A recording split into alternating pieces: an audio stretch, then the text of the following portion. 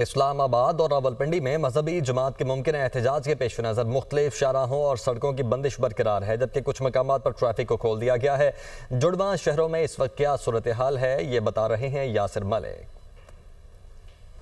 वफाकी दारुल हुकूमत में मजहबी जमात के एहतजाज के पेश नज़र आज तीसरे रोज़ भी इस्लामाबाद के दाखिली और ख़ारजी रास्ते जो हैं वो मुकम्मल तौर पर बंद रखे गए हैं। अगर इस वक्त की बात की जाए तो अभी मैं इस्लामाबाद के डी चौक में मौजूद हूँ, जहाँ पर पार्लियामेंट को जाने वाला रास्ता जो है ये मुकम्मल तौर पर बंद है। यहाँ पर कंटेनर जो है वो लगाए गए हैं। कंटेनर्स के आगे जो है वो मट्टी जो है वो रखी गई है, मट्टी के टीले जो है वो लगाए गए हैं और कंटेनर्स के अंदर भी मट्टी डाली गई है ताकि किसी सूरत भी इन कंटेनर्स को यहाँ से हटाया ना जा सके। पुलिस की भारी नफरी जो है वो भी यहाँ पर तैनात की गई है। फैज़ाबाद के मकाम की अगर बात की जाए तो दाखिली और खारजी रास्ते जो है वो मुकम्मल तौर पर बंद है और पुलिस की भारी नफरी वहाँ पर भी तैनात है। शहरियों को शदीद मुश्किलात का सामना